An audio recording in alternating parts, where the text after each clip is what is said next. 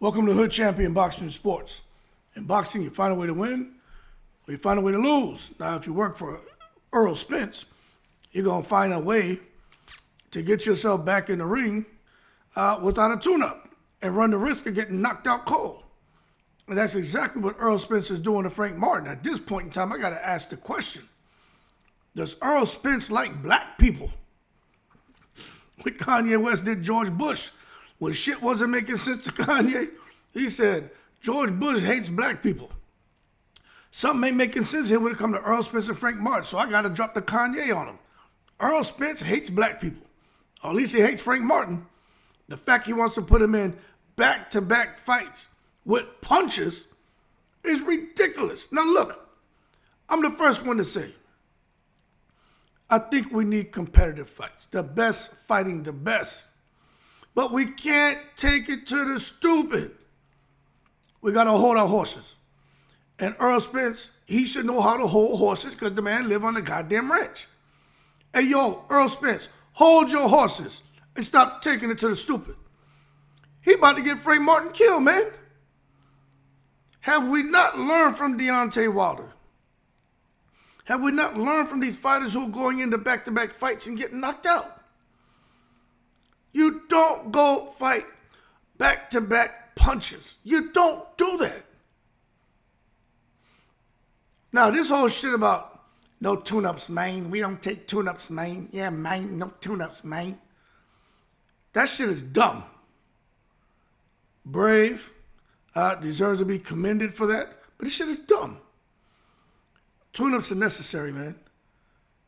And it's not even about someone putting duck sauce on the fried rice and Frank Martin avoiding Edwin De Los Santos because it shows that he's afraid of him. No.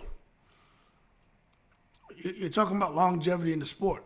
You're talking about your health after the sport of boxing. And Errol Spence already, there's a lot of concern from my end when it comes to Errol Spence and just exactly what we're going to be dealing with. 5-10 years after this man's 5-10 years from now. Because, let me show y'all something. I had somebody, it got under my skin, I ain't gonna lie. Not too much bothers me because I know what I'm dealing with on here.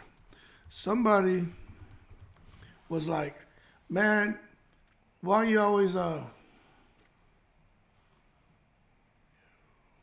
me find it.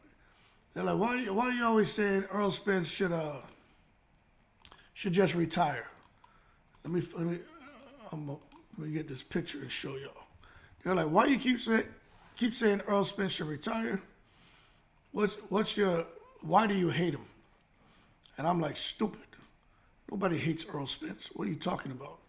But I'm gonna show you why I say Errol Spence should retire. This shit right here, okay? Let's not forget what Errol Spence went through. Y'all understand? That man went through a horrible car accident. You saw when he was fighting Terrence Crawford, how that scar tissue and everything, man, just started to flare up and his face just started opening up. Look at this image of Errol Spence. Now, for the bozo who told me, right, Errol Spence didn't really go into anything. Yeah, he got in a car accident, but he's back in the ring. It wasn't as bad as what people say. All right. You keep thinking that's stupid. That shit Errol Spence went through, that's not even funny, man. And I think it's an embarrassment for someone to come out here and say Errol Spence didn't really go through anything with that car accident. In this day and age, you're telling me you can't take 2 seconds to go and pull up articles, pull up photos, do a little research on Errol Spence car accident? If you're an Errol Spence fan and you haven't gone out there and done some research on that car accident, first of all, how it ended up happening. Secondly, what was the fallout and what was the damage to Errol Spence physically? Then you ain't really a true Errol Spence fan. You a cockahole. I call you a seagull. You fly in and drop shit off in the comments and fly back out. So that's why I say Errol Spence should retire. Yeah, he came back and he kind of picked up where he left off. But when you go back and look at what happened when he fought Crawford, and you look at that image that I just shared with you, right? When you look at that, why would anyone, although Errol Spence on the outside, he's looking good, why would anyone want a man like him to continue fighting? So when it comes to Errol Spence still talking this, no tune-ups, I worry about this guy, and I worry about Frank Martin because Errol Spence's mentality is to put Frank Martin in a tough fight. And I think as a promoter, he needs some mentorship. Because it just doesn't make sense. Frank Martin still has some legs. He still has some years in boxing if managed properly. Let's not come out here. You don't get a gold star because you come out here and fight back to back to back the most difficult fights you could possibly come across. You don't get a gold star for that. Look at Gervonta Davis. Most people say Gervonta Davis is one of the pound-for-pound greats. And most people say from 130 to 140, Gervonta beats everybody, right? But is Gervonta Davis out here going in there fighting back-to-back killers and going in there getting himself clipped and knocked out and getting up and going back into tough fights? No. Gervonta Davis is fighting tough guys. He's just levels above him, but he's smart and they're strategic. And I think it's okay when a fighter comes off of a loss, especially like Frank Martin getting violently knocked out by Gervonta Davis. I think it's okay for Errol Spence to say, hey, look, I believe in no tune-ups, but in this particular case, look, man, I love you. Let's just find a softer touch, not someone who can KO you. Let's go in there with something that's a little bit easier, and let's get the confidence up, get you comfortable with your new trainer. Let's approach it like that. But I don't like this tune-up bullshit. Not in this particular case. I don't like the fact that Errol Spence, what he's doing to Frank Martin, I don't like that he's doing it to himself, about to go out here and fight Fundora. I don't like none of that.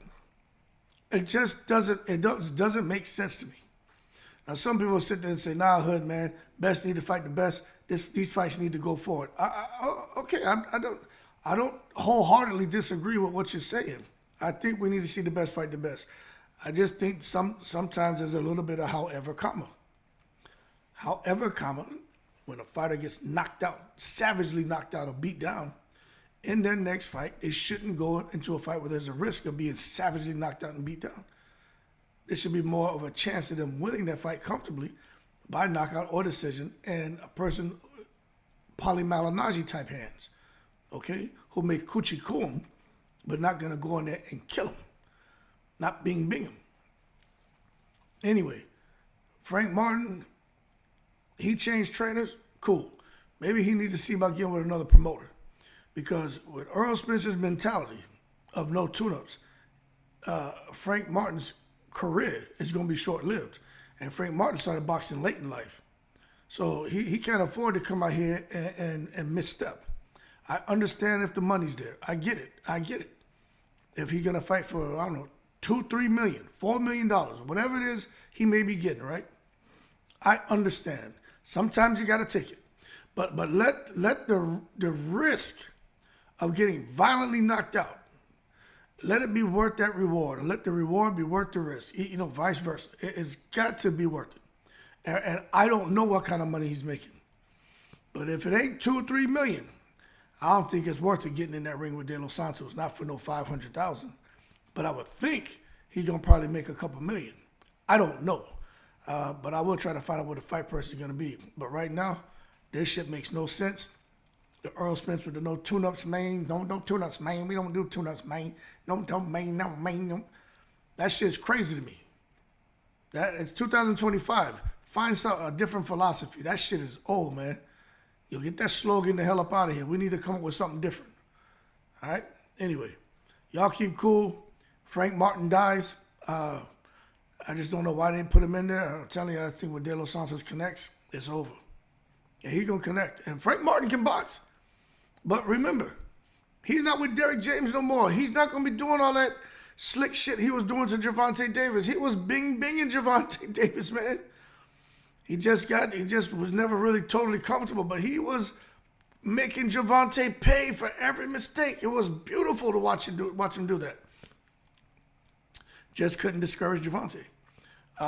And if he couldn't do that to Gervonta, and he's in there with a guy like De Los Santos who's vicious, I don't know if he's going to be able to do it to him. Look. Jose Valenzuela's got power. So he was able to shake up De Los Santos a bit, but De Los Santos came right back and shook up Valenzuela. And Valenzuela couldn't handle what De Los Santos was dishing out. Shaquille Stevenson was in there. First couple rounds, he felt that goddamn Dominican power, and he started running. He became a boxer runner. He hauled ass around the ring. And, of course, De Los Santos respected Shaquille Stevenson, and he could have done more. But the bottom line is, when De Los Santos gets inside that ring and his opponents feel that power, their approach to the fight changes. And I think it's going to be the same shit here when Martin gets in there with De Los Santos, especially if he can't hit him, hurt him, and get the respect. He going to feel that goddamn Dominican power, and he going to say, oh, shit, this should have been a tune-up, man. This is not a tune-up, man. And he gonna fuck around and get knocked out. Anyway, y'all keep cool. I like Frank Martin. I like Errol Spence. I wish them dudes the best of luck. But I like Edwin De Los Santos too. I just don't like this no tune-ups bullshit. I think that's dumb. Dumb. Anyway, in the breeze.